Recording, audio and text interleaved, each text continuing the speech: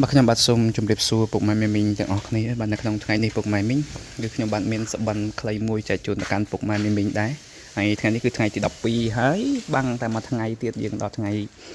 ចូលឆ្នាំហើយបាទអញ្ចឹងនៅក្នុងថ្ងៃនេះពុកម៉ែមីងសបិនរបស់ខ្ញុំគឺ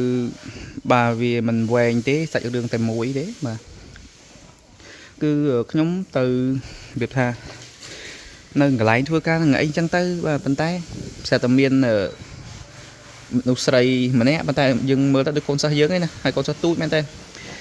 គេស្រឡាញ់យើងប្រហែលមិញបាទគេស្រឡាញ់គេតាមស្រឡាញ់របៀបថា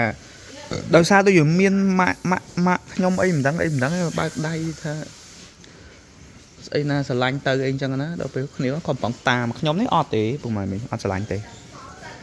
បាទខ្ញុំអត់ស្រឡាញ់ទេអត់មានតាមគេទេហើយគេតាមខ្ញុំចេះតែរត់កិច្ចខ្ញុំប្រាប់ថាកុំស្រឡាញ់កុំអីចឹងទៅបាទខ្ញុំរត់កិច្ចរត់អីចឹងទៅ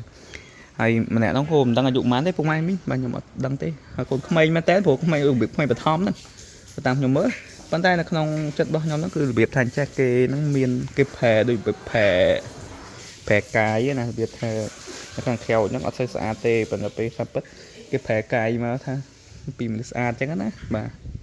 ហ្នឹងហើយអញ្ចឹងមានប៉ុណ្ណឹងបាទចែកជូនដល់កាន់ពុកម៉ែមីងជូនពរពុកម៉ែមីងហេងទាំងអស់គ្នា